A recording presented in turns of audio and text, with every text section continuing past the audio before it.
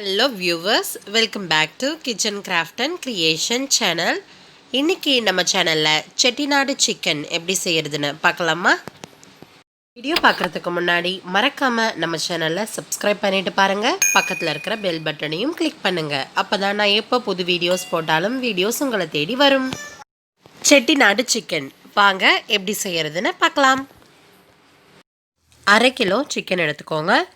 இந்த 1/2 கிலோ சிக்கனை நல்லா சுத்தமாக வாஷ் பண்ணி வச்சுக்கோங்க.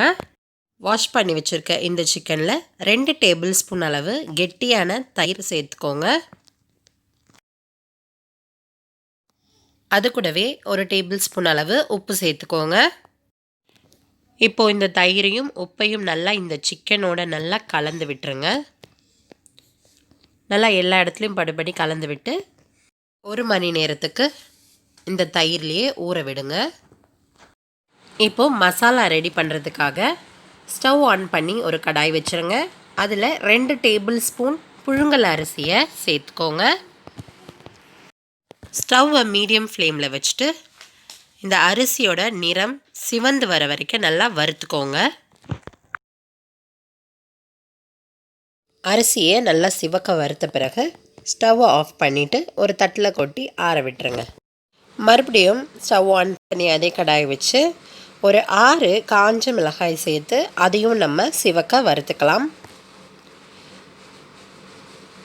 இதை கொஞ்சம் நேரம் வறுத்த பிறகு அது கூடவே 1 டேபிள் ஸ்பூன் அளவு சோம்பு, 1 டேபிள் ஸ்பூன் அளவு சீரகம், 2 பிரிஞ்சி இலை, 1 பட்டை சேர்த்துக்கோங்க. அதையும் நல்லா வறுத்துக்கோங்க.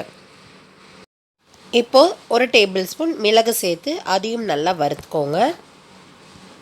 1 ஏலக்காய், அன்னாசிப்பூ, மராட்டி மொக்கு இது எல்லாமும் சேர்த்துக்கோங்க. 1 டேபிள் ஸ்பூன் அளவு கசகசா சேர்த்து அது கூடவே சேர்த்து வறுத்துக்கோங்க. இது எல்லாத்தையும் நல்லா சிவக்க வறுத்துக்கோங்க. நல்ல ஒரு வாசனை வர வரைக்கும் நல்லா வறுத்து ஸ்டவ் ஆஃப் பண்ணி இதையும் ஒரு தட்டில் கொட்டி ஆற விட்டுருங்க. அடுத்தது 2 வெங்காயத்தை பொடியாக நறுக்கிக்கோங்க. இந்த பொடியாக நறுக்கின வெங்காயத்தை சேர்த்து சிவக்க வறுத்துக்கோங்க. வெங்காயத்துக்கும் எண்ணெய் சேர்க்க வேண்டாம். வெங்காயத்தில் இருக்கிற ஈரப்பதமெல்லாம் குறைஞ்சி வெங்காயத்தோட நிறம் கொஞ்சம் சிவந்து வர வரைக்கும் வறுத்துக்கோங்க. நல்லா வெங்காயத்தை வதக்கியாச்சு. வெங்காயத்தில் இருக்கிற ஈரப்பதம்லாம் குறைஞ்சிருச்சு. இப்போ இதையும் நம்ம வெளியில் எடுத்து நல்லா ஆற விட்டுறலாம். அடுத்தது அதே கடாயில் பொடியாக நறுக்கின தேங்காய் துண்டுகளை ஒரு 2 டேபிள் ஸ்பூன் அளவு சேர்த்துக்கோங்க. தேங்காயும் நல்லா சிவக்க வறுத்து ஆற விடுங்க.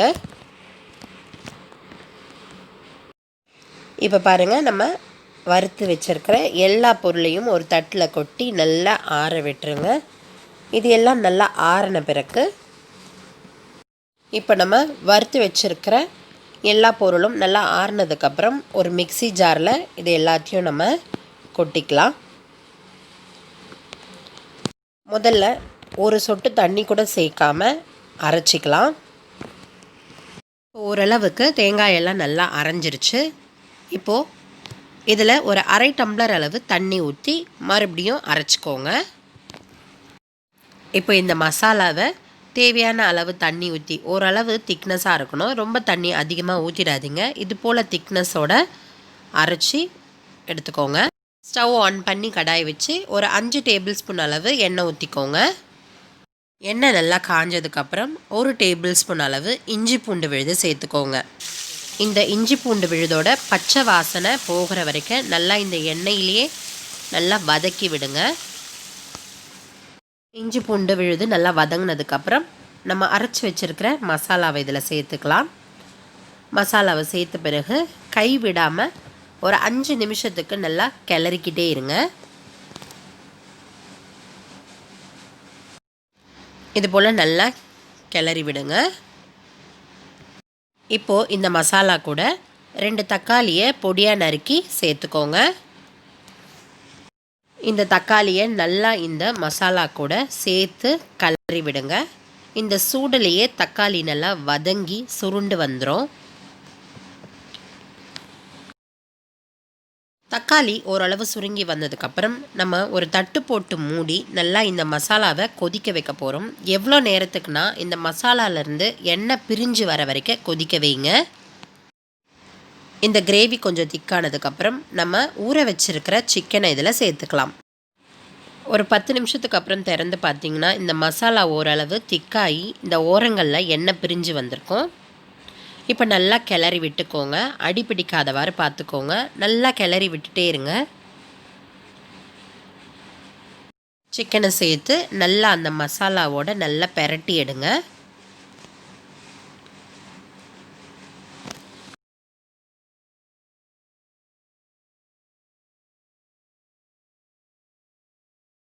தேவையான அளவு உப்பு சேர்த்துக்கோங்க. உப்பு சேர்க்கும்பொழுது கவனமாக சேருங்க. ஏற்கனவே நம்ம சிக்கனில் கொஞ்சம் உப்பு சேர்த்து ஊற வச்சுருக்கோம். அதுக்கேற்ற மாதிரி கணக்கு பண்ணி சேர்த்துக்கோங்க. நல்லா கிளறி விட்டுக்கோங்க. ஒரு 5 நிமிஷத்துக்கு கைவிடாமல் நல்லா கிளறிக்கிட்டே இருங்க. இப்போது இந்த மசாலா கூட நீங்கள் விருப்பப்பட்டால் ஒரு 1/4 டேபிள் ஸ்பூன் அளவுக்கு சிகப்பு கேசரி பவுடர் சேர்த்துக்கோங்க. இது உங்களோட விருப்பம்தான், வேண்டான்னா விட்டுறலாம். இப்படி சேர்க்கும் பொழுது பார்க்குறதுக்கு நல்லா அழகாக இருக்கும். இந்த சிகப்பு நிற கலரை சேர்த்த பிறகு நல்லா கிளறி விட்டுட்டு மறுபடியும் தட்டு போட்டு மூடி ஒரு 10 நிமிஷத்துக்கு சிக்கனை வேக விடுங்க. 10 நிமிஷம் கழித்து திறந்து பார்த்தீங்கன்னா இது போல் எண்ணெய் பிரிஞ்சு வந்திருக்கும். அப்படின்னா நல்லா வெந்துருச்சு அப்படின்னு அர்த்தம். பாருங்கள், எண்ணெய்லாம் அழகாக பிரிஞ்சு வந்துருச்சு. இந்த ஸ்டேஜில் பொடியை நறுக்கி வச்சுருக்கிற கொத்தமல்லி இலைகளை இது மேலே அழகாக தூவி ஸ்டவ்வை ஆஃப் பண்ணிடலாம். அவ்வளோதான், செட்டிநாடு சிக்கன் ரெடி. இந்த செட்டிநாடு சிக்கன் இட்லி, தோசை, சப்பாத்தி, சாப்பாடுக்கெல்லாம் சூப்பரான சைடிஷ், கிரேவி எப்படி வேணாலும் எடுத்துக்கலாம். கண்டிப்பாக நீங்களும் உங்கள் வீட்டில் இந்த செட்டிநாடு சிக்கனை ட்ரை பண்ணிவிட்டு எப்படி இருக்குன்னு மறக்காமல் கமெண்ட்டில் சொல்லுங்கள். ஒவ்வொரு வாரமும் திங்கள் மற்றும் வியாழக்கிழமைகளில் புது புது வீடியோஸ் வரும். அதெல்லாம் நீங்கள் பார்க்கணும்னா நம்ம சேனலில் சப்ஸ்கிரைப் பண்ணுங்கள். இந்த வீடியோவுக்கு ஒரு லைக் போட மறக்காதீங்க. உங்கள் ஃப்ரெண்ட்ஸுக்கெல்லாம் ஷேர் பண்ணுங்கள். பாய்.